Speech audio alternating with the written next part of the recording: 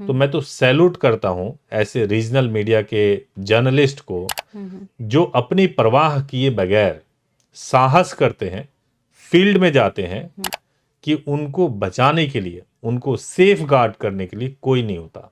ऐसा नहीं है कि कोई भी पत्रकार बिल्कुल परफेक्टली सही तरीके से काम कर ले।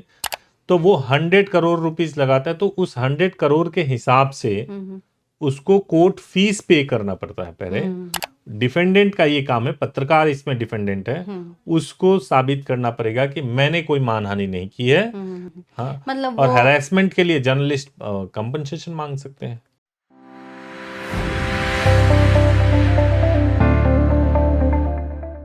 नमस्कार, लीड इंडिया में आपका बहुत बहुत स्वागत है। मैं हूं डॉक्टर तरुणा एस गौड़।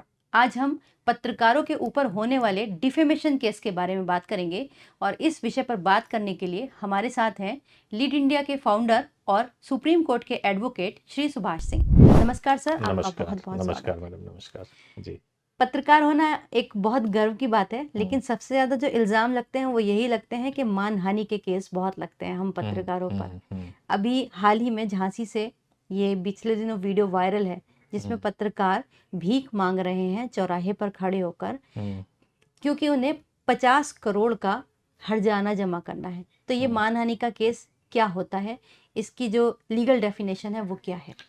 मैं इस पे बात करूं उससे पहले मैं आपको बताना चाहता हूं कि आप कल्पना कीजिए कि समाज से मीडिया शब्द निकल जाए, पत्रकार शब्द निकल जाए, कोई ऐसा व्यक्ति ना हो जो किसी की सूचना, यानी कि सरकार या गवर्नमेंट की सूचना, या जो गवर्नमेंट में अधिकारी है उनकी सूचना, या करप्ट भ्रष्ट लोग हैं उनकी सूचना ना दे।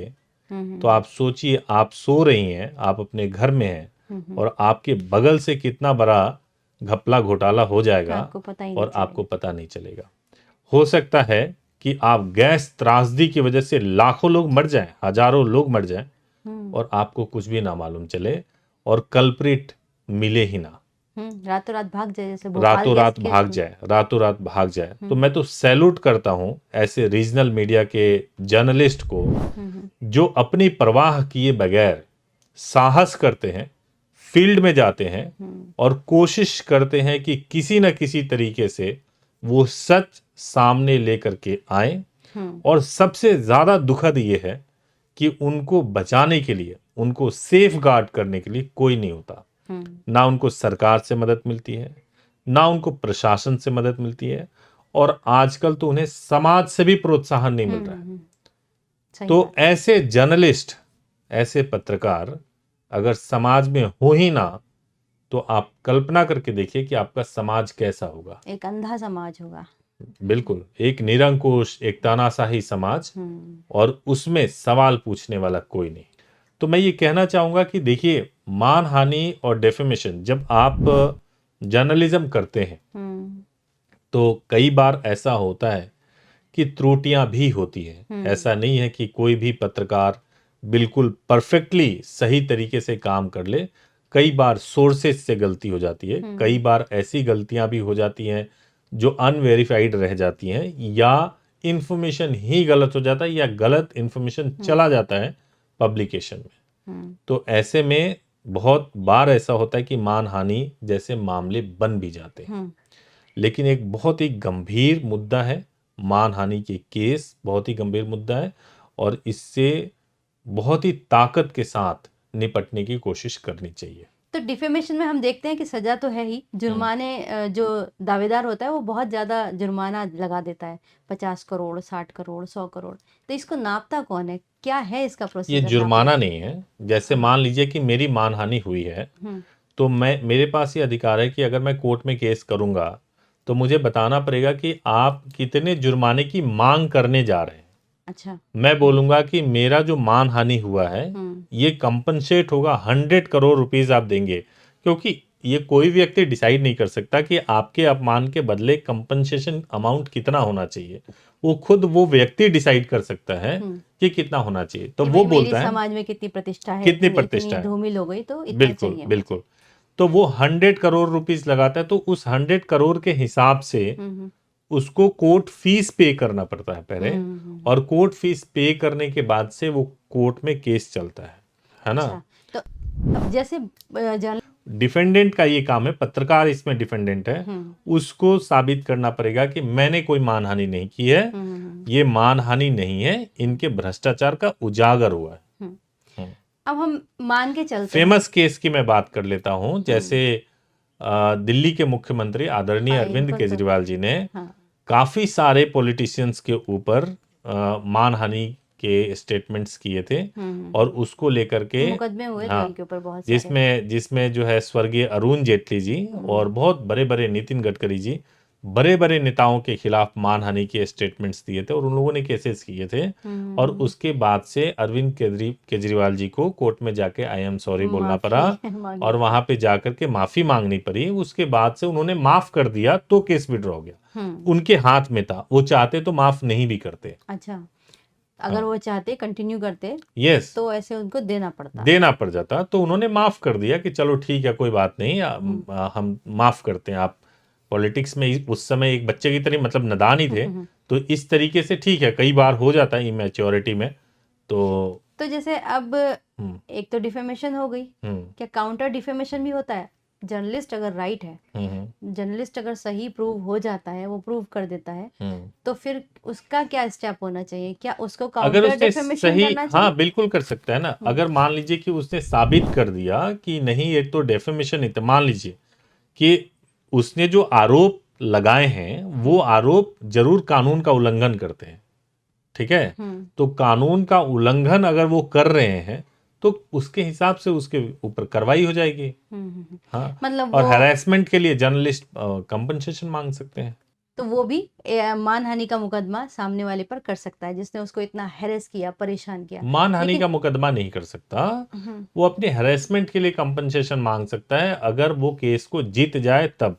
अच्छा, तो हाँ, केस तो फाइट ही करना होगा उसको। हाँ, अब ऐसे में होता है जब एक पत्रकार है, जो सोचिए आप उसके एक स्मॉल लेवल पे वो काम कर रहा है, रीजनल लेवल पे काम कर रहा है, अलग अलग कैटेगरीज में आजकल जर्नलिज्म हो रही है। पत्रकार जो अखबारों से जुड़े हैं वो, और कुछ हैं जो डिजिटल प्लेटफॉर्म से जुड़े हैं। सबसे ज़्यादा डिजिटल प्लेटफॉर्म वालों के ऊपर इस तरह के केसेस दर्ज किए जाते हैं। तो ऐसे में उनका प्लान ऑफ एक्शन क्या होना चाहिए? सबसे पहले जब उनके ऊपर कोई केस हो जाए तो उनको क्या करना चाहिए? देखो, अगर पहली बात यह है कि अगर कोई पत्रकार हैं जो रीजनल मीडिया के हैं या किसी भी मीडिया के हैं, अगर आपको कोई डेफेमेशन का नोटिस मिलता है, प्रायः जो बड़े ऑर्गेनाइजेशन होते हैं उसमें जो काम करने वाले पत्रकार होते हैं, उनको अगर डेफेमेशन का नोटिस मिले तो वो चैनल को दिया जाता है, बड़े अखबारों के नाम से जाता है, एक व्यक्ति के नाम से नहीं जाता नॉर्मली। और तब व्यक्ति के नाम से भी जाता है, बट उसमें रिप्रेजेंट करने वाले सभी लोग बड़े ही होते हैं, छोटे लोग तो होते नहीं उसमें कोई। वैसे तो एडिटर ही होता है ना इसमें, उत्तरदायी नहीं, लेकिन आजकल बोलते हैं कि इसमें जो भी व्यक्ति अपने विचार व्यक्त कर रहे हैं वो उनके अपने विचार हैं, अपने विचार। तो इसलिए organization इंडिविजुअल को भी डेफेमेशन नोटिस भेजा जाता है। But the question is that कि अगर किसी रीजनल मीडिया के जर्नलिस्ट को मिल गया जो जिसके पास इतने रिसोर्सेज नहीं है, तो पहली बात तो ये कि आपको घबराने की जरूरत नहीं है, और आपके लिए लीड इंडिया सदैव है। आप लीड इंडिया के हेल्पलाइन नंबर पे कॉल कीजिए, तो डेफेमेशन में पूरी जानकारी दी तो जाएगी, आपको हेल्प करेंगे हम, ठीक है। एक तो चीज है।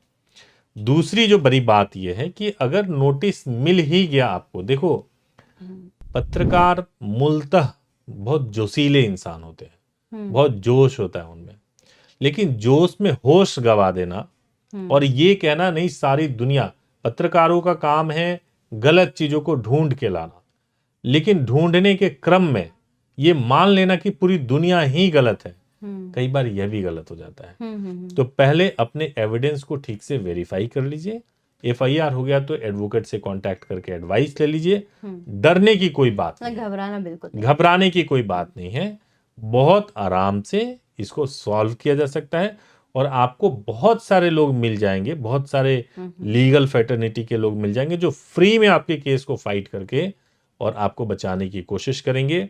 लीड इंडिया से भी आप संपर्क कर सकते हैं, और हम तो पूरी कोशिश करेंगे कि अगर मामला दिल्ली का है तो हम फ्री में केस फाइट करेंगे आपका।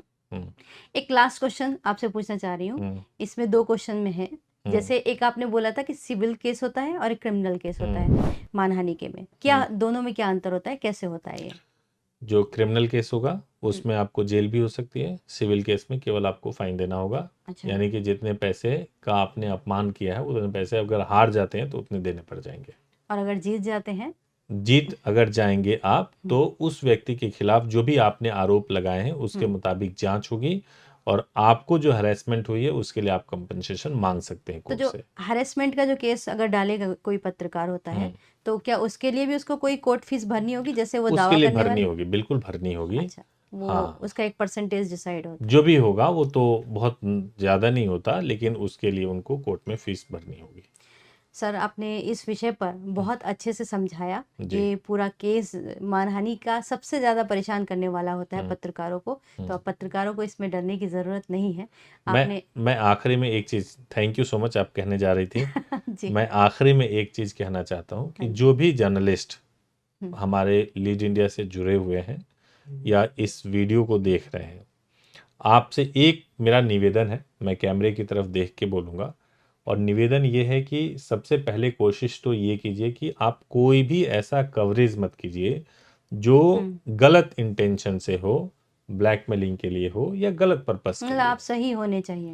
अगर आप सही हो तो आपको कोई दबा नहीं सकता, आपकी आवाज को कोई बंद नहीं कर सकता, और कोई भी व्यक्ति इतना प्रभावशाली नहीं हो सकता कि आप उससे छोटे हो जाएं या झुक जाएं। बस केवल जरूरी है कि आप सही हो। बहुत-बहुत धन्यवाद sir. Thank you thank you so sir. Much, thank you so much, thank you. Thank you.